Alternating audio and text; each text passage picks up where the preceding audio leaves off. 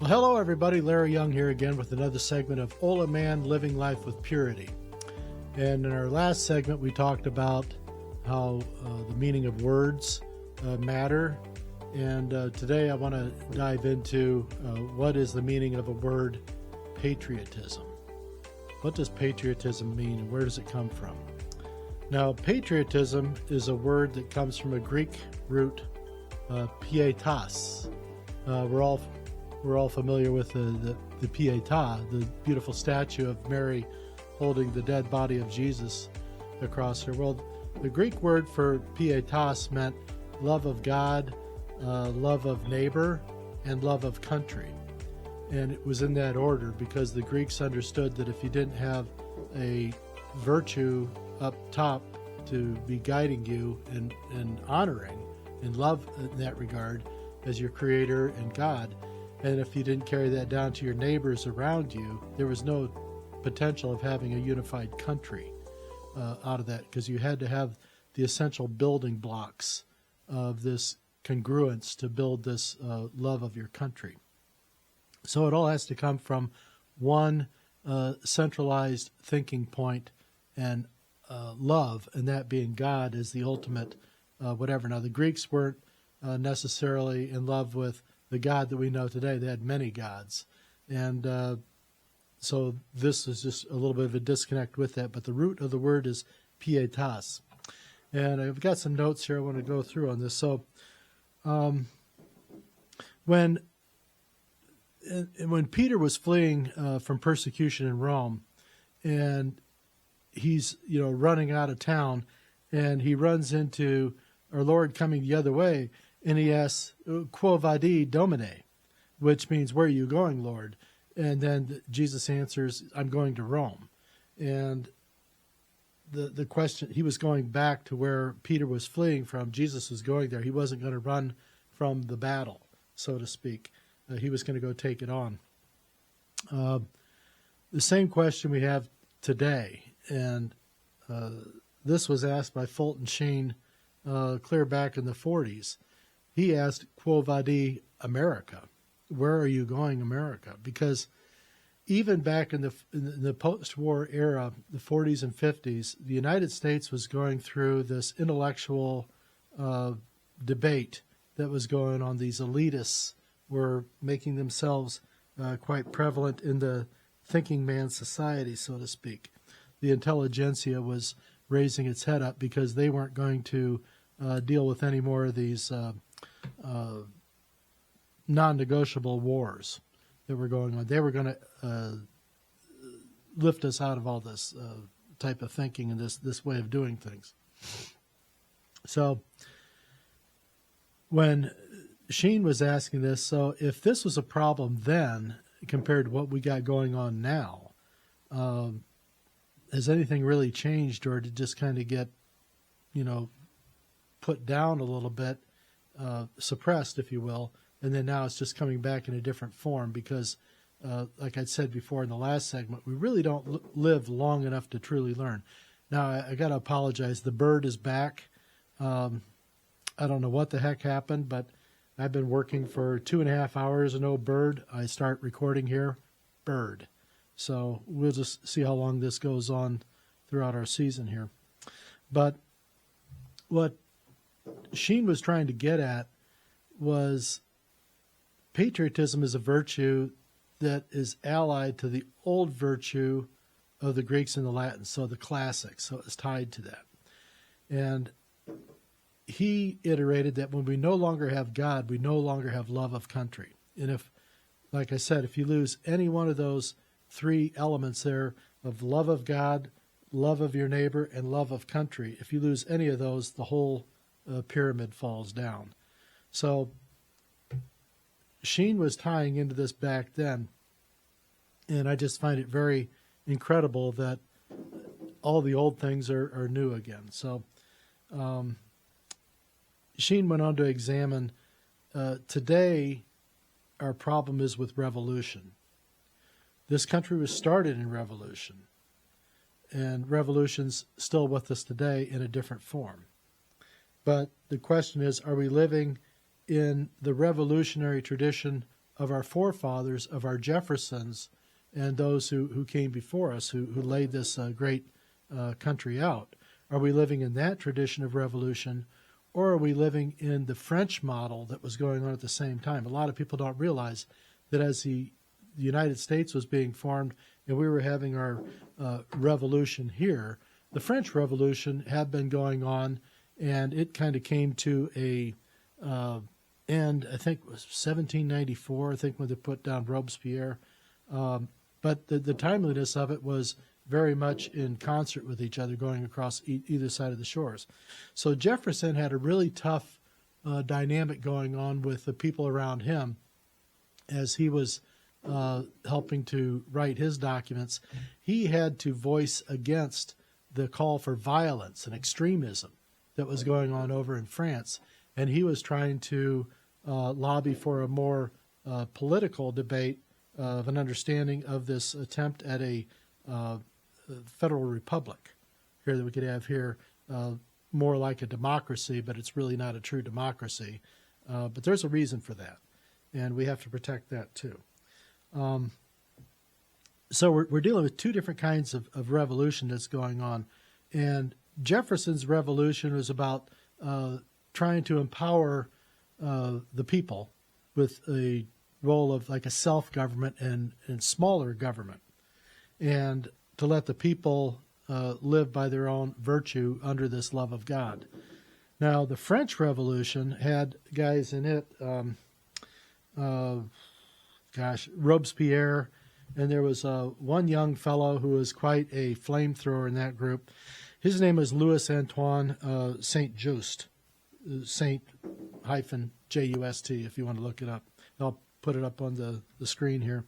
But Louis Antoine Saint-Just was he was a guy that was out for blood. He wanted to lop the heads off of anyone who disagreed with the Jacobins and all these, revolutionary types that wanted a violent revolution in France. And so he was all a part of that. He was a younger guy, Saint-Just was. Robespierre was probably in his mid to late 30s. And this Saint-Just kind of got tangled in with Robespierre and was like his little yes man and, the hatchet man, so to speak. So Saint-Just was really kind of a troublemaker and a rabble-rouser.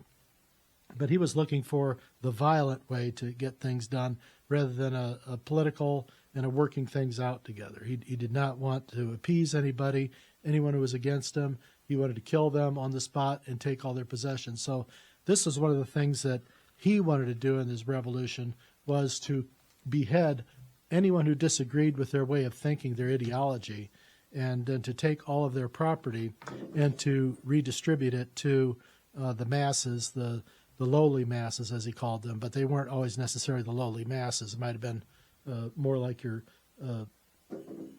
middle ground there, your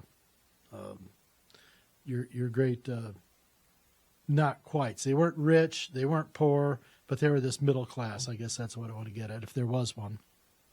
But Jefferson was trying to found the country upon two principles. One was the dignity of man. And secondly was that all rights and liberties come to us from God. So with the dignity of man and everything coming from God, there was no way that these rights and privileges could be brought to us by a government who could quite easily, in the same way, cavalierly take them all away. So you were not living with any sort of consistency or any kind of groundwork that you could count on as far as a base for keeping your rights and liberties. Now, Jefferson was all about the respect for the individual, but the French people were, these revolutionaries over there, were more about the rights and the demands and the ruling of the authoritarian or the elites. And they were going to know better than what the lower people were able to define for themselves, because they weren't smart enough. So this was going on. There was these different battles of thought going on, and there were a lot of people in the United States, in the formation of the United States. They were wanting to have this same sort of violent, roll them all out. They already thought that there was a sort of an elitist class here with our colonies and the people that had run those, and the Jefferson types, the Washington types, the people who built the country.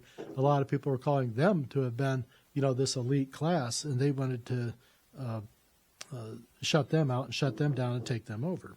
So there was this behind the scenes kind of discussion going on. So Sheen stated back in the 1950s, he says, "We can never think that we have these rights because they're just listed in the Constitution. The Constitution is just a piece of paper that really doesn't mean anything in the end if it's not honored and it's not upheld." He said, no, he says, because they are divinely given. These things come from God. It can't come from a piece of paper, and it can't come from a declaration of individuals upon themselves, because it could all be taken away by the next group of individuals. And so Sheen, I think, correctly argued that Thomas Jefferson was not really the author of the Declaration of Independence, but a declaration of dependence.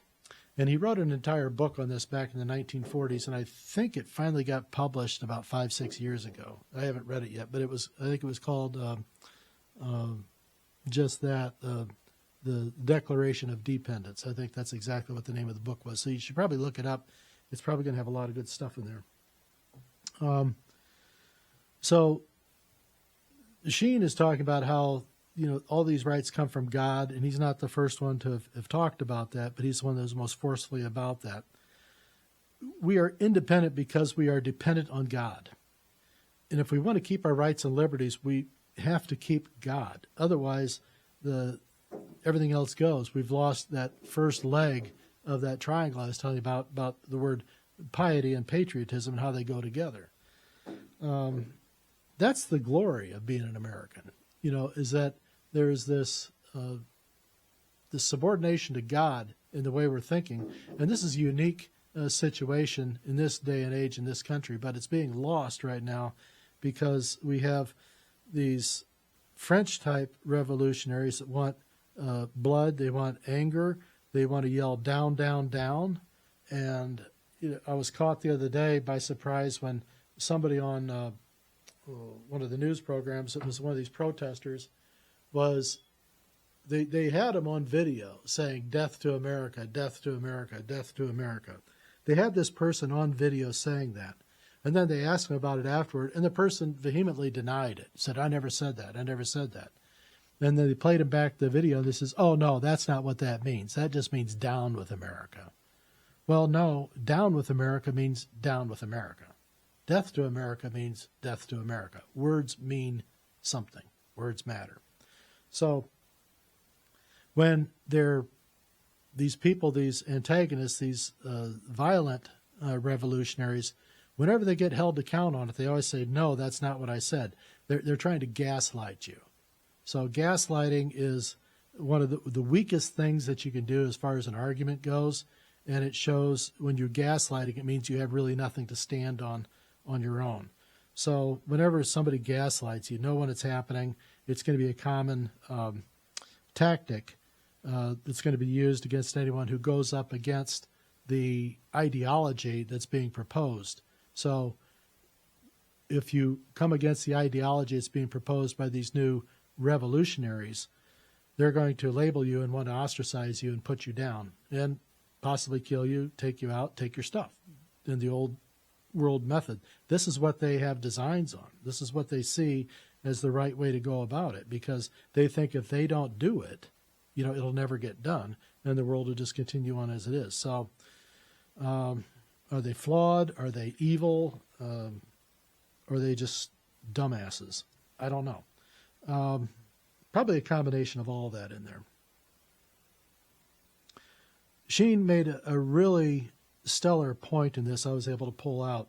He said, "Isn't it interesting that the particular government, that the French Revolution and those governments in the world that wanted to deny the existence of God, are those that also are the ones that deny human rights.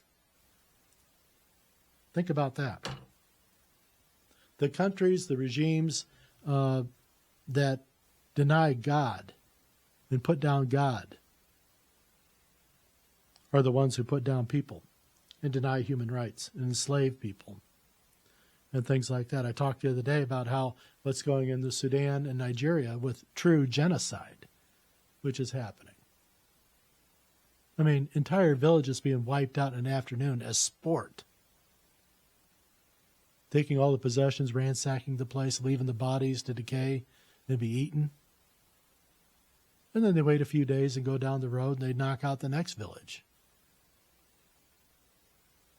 What a way to live.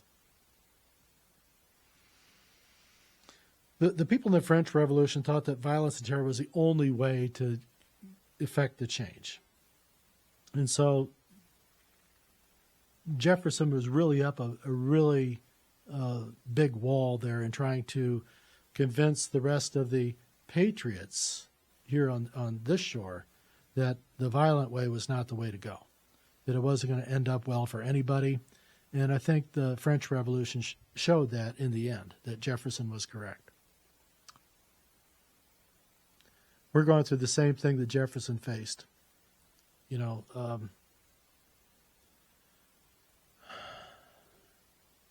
which way are we going to choose? This is where we got to pray and we got to stand up. You got to be strong. You got to deliver. You got to know who you are, and you got to be confident in that resolve. You got to realize that you know who you are. That it may not be cheap. It's going to cost you. It might cost you some temporary friendships, so you'll get them back. They'll rise up. They'll grow up, and they'll get smart. Sheen said he thought, this is back in 1947, he thought it was going to be really easy to identify these violent revolutionaries and how it's going to be, it would sweep through the country or schools or streets. It was going to go through. He said the first characteristic of the new violence is what we'll call elitism. He said there used to be a virtuous elite, and these were the people probably back in when the Industrial Revolution was taking hold after the Civil War. There were, I think, a group of virtuous elites. These were people who tried to bring up society with them as their industrial devices took hold, of our world and the way we did our work and things like that. These are people who are trying to lift men up and all of society up. And we can go into those, and I'll try to talk about some of those folks later on. But the new elite practice is elitism. And they want to say that there's a dominant minority that makes a lot of noise and uses violence to keep its opponents down. So there's two groups within that then. And the first group there was a guy named Arnold Toynbee. He was a historian, and he wrote about this, and he said there's two groups within that group. One is the guy with the bullhorn. He's always a leader. You just watch in any violent group that follows the principles of St. Just. He says, watch the man with the bullhorn. He's the leader. And then after that, there's going to be the hangman. These are the henchmen that hang around him. They do the dirty work. They're the ones that destroy the property, burn the buildings, riot in the streets, beat people up. Innocent folks take their lives, take their stuff, and say that they deserved it. And they liken themselves to being heroes in the way that they are out to profit from the violence. And they want to confiscate property as part of this violence. They're following the path of Antoine Saint-Just. Now let me tell you about what happened to Antoine Saint-Just.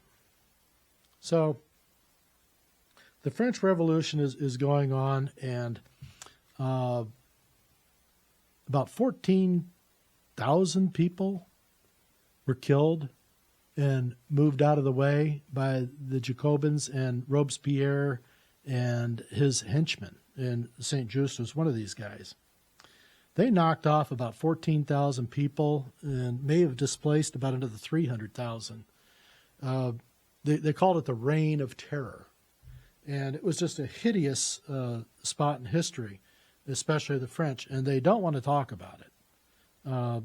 Much like about the Nazis, the French don't want to talk about Robespierre and the Reign of Terror.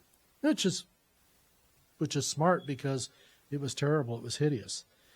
And so what happened with St. Just and these guys is the violence didn't stop. And the violence got to a fevered pitch, I think, in 1793, when they made Robespierre one of the top assigned officials in the country, and he was under safety and stuff like that. It's probably the last guy you want to put there. But the foreign invaders, the oppression coming from England and others to take over France was abated. They stopped. And there wasn't really an opposing force coming in from outside to threaten the country as it was. And so you would think that there would be a shutdown of the suppression of the violence that would go with that, because there wasn't any outside pressure coming in. No, Robespierre continued it, and St. Just and his guys, they went on even a larger terror strike around the countryside to try to drive off landowners, kill them, take their property, so they could redistribute it, and they could have this great revolution completed in their design, removing God from the equation and then leaving them to run things with their quote-unquote evil type of policies.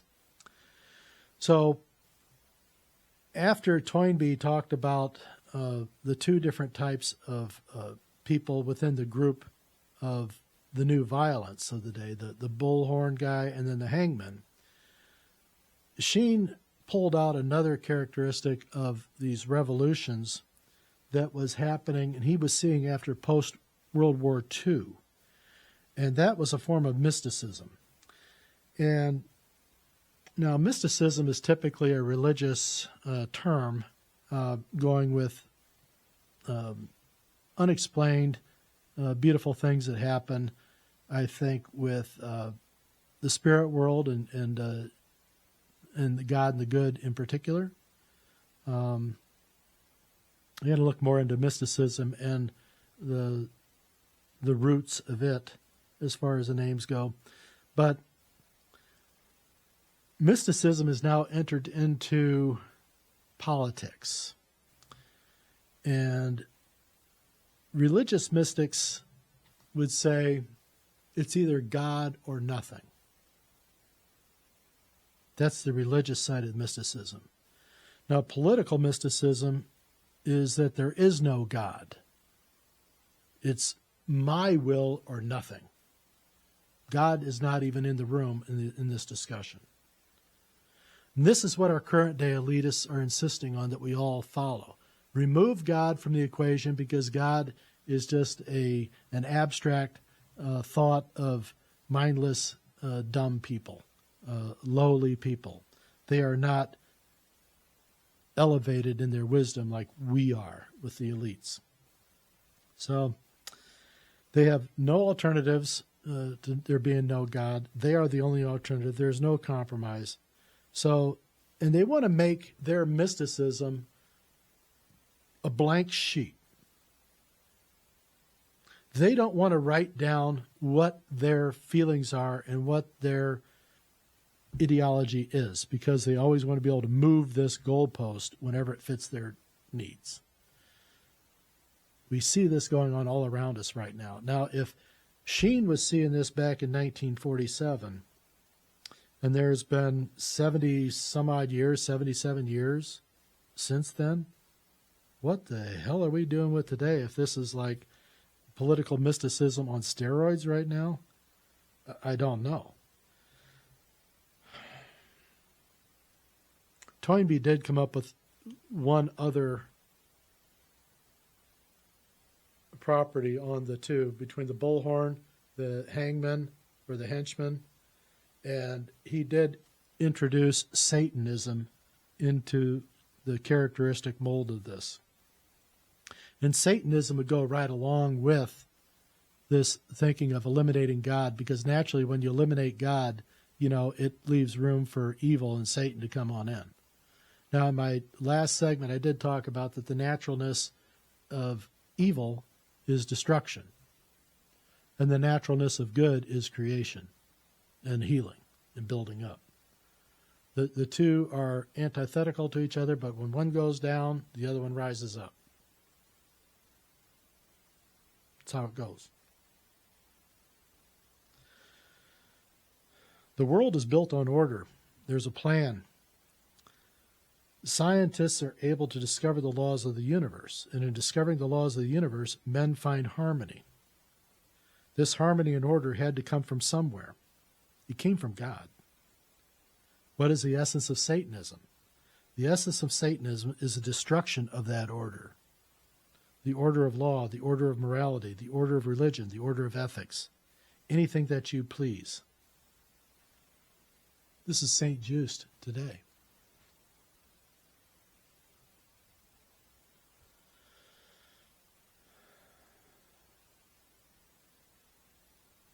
Why is the eagle our national symbol?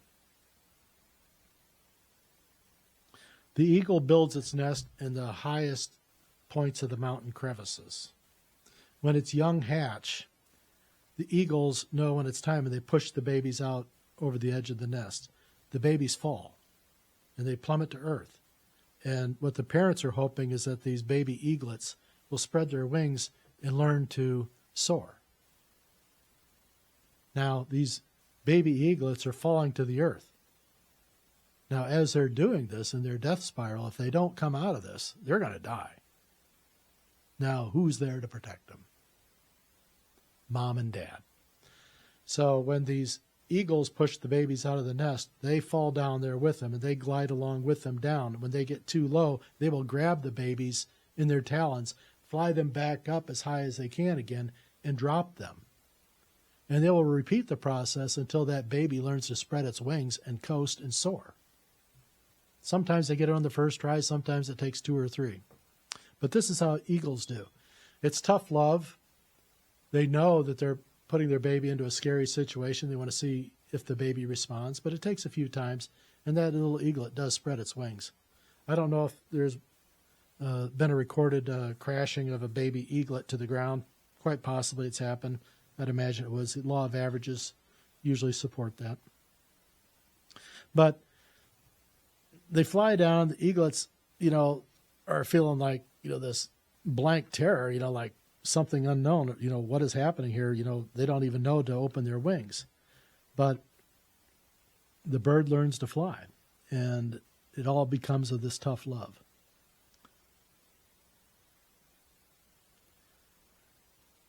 Maybe God is treating us like a baby eaglet, taking us to the brink of danger in order that we might get past our freak-out phase and learn to spread our wings and use the gifts that we have. This is what Jefferson was working towards. This is what Jefferson was believing in. It was the power of the individual. The dignity of man and the belief in God. There's a big difference in the two thought process between Jefferson and Robespierre and St. Just and these guys, what they were doing. Now, in 1794, like we talked about, 1793, the outside pressures on France stopped, but Robespierre and his group continued on with the onslaught against the people in the country, and St. Just was part of that. And what they ended up doing is, in a matter of about 48 hours, the people rose up. And they said, to hell with this, we're not going to put up with this crap anymore. So they took St. Just and all these other, Robespierre and all these other people into custody. Didn't even bother with the trial. They all knew what was going on. The very next day, they executed about 100 of them with a guillotine. Now, this is after Robespierre and then had already executed about 14,000. So the people at the place where they did this stood around and cheered all day long as they lopped these heads off and then threw the bodies and the heads into a common grave. Now, then the common grave then was covered over, and it became a common practice for people in that town and visitors to stop and urinate on top of this common grave of all these ex-revolutionaries. It was expected people would make the trip to go there just to pee on their graves, to avenge their loved ones' deaths and things like this. They were so angry about it. And nobody ever stopped them. I don't think anyone got arrested for public urination over there. I don't know what they do now. So right now we've got all these people in this country right now saying death to America, and then saying, no, I didn't say that. They want to build everything down, down, down, tear it all down. They want to tear down the statues. They want to tear down all these things. Now, Sheen was talking about this in 47, about how people wanted to destroy the history, our path, how we got here, and all these markers, and all these people who did things against their nature for the sake of other people. They loved their neighbors. They loved God. They loved their neighbors, and they loved the country that they wanted to establish here. They were ready to fight for it, and they were ready to do things that, were not really, demanded of them. They offered it up. This was the art of suffering that these people were going through because they valued what was at stake. Right now, I don't know if we got people that understand what's at stake and what the value in these things are. Because all they want to do is tear it apart, shut it down, defund this, do that. There is not a single positive word. I've looked for it. I have not found a single positive word coming out of these universities and other elite areas. You can't build anything down. You have to build it up. We have to have words of enlightenment. We have to have words of power and empowerment and confidence. Because when we build up, we're building our country, our neighbors, and we're also building towards God. Hopefully these things have a focus on God in their design and in their implementation, their use afterward. How are we going to get out of this? Feather strokes. We're going to have to use feather strokes. There's a way through this, but we got to stay with God, and we got to be the adult in the room when it comes to these things. Like I said before, the world is experiencing like a 3-year-old temper tantrum. And the one thing that 3-year-olds do is they grow out of it if they're giving loving discipline. Got to kick their ass out of the nest and let them fall. There's a way through this. So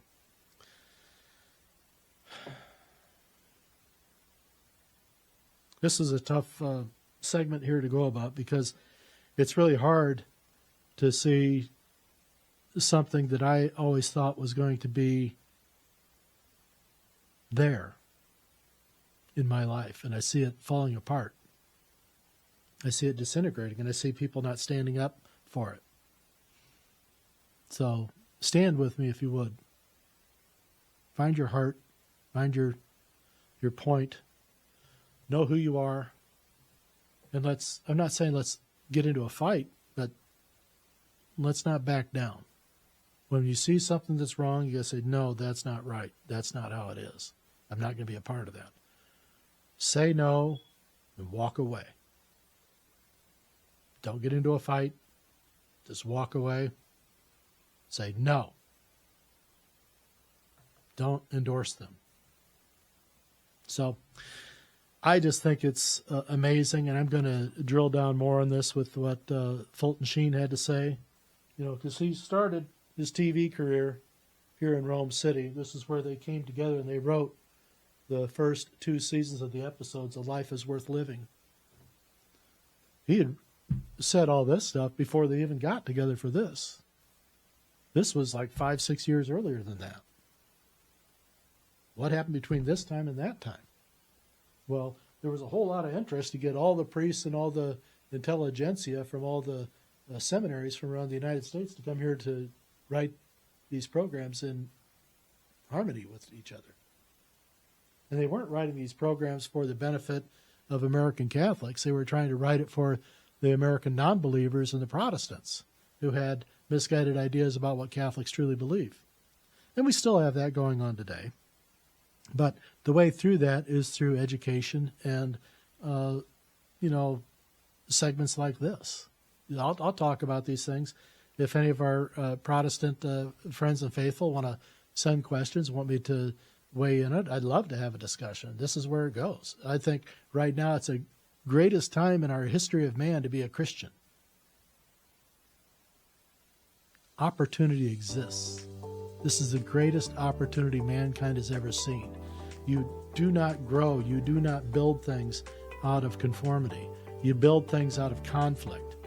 I always like to say that if you got a tough decision to make, it means that you've got a conflict. And if you take the time to study the points of this conflict in your decision making, you're going to come out with the best decision in that. If you didn't have conflict in it, you may not come to the best decision. You may just take the easiest route through, and that's not usually going to do the best job for everybody. What you want to have is whatever's going to do the greatest good. It might be more work, but it's going to create a better foundation for going forward. So that's for another program, another segment here. But for right now, Pietas, love of God, love of neighbor, love of country. And I love you, and I'll be back.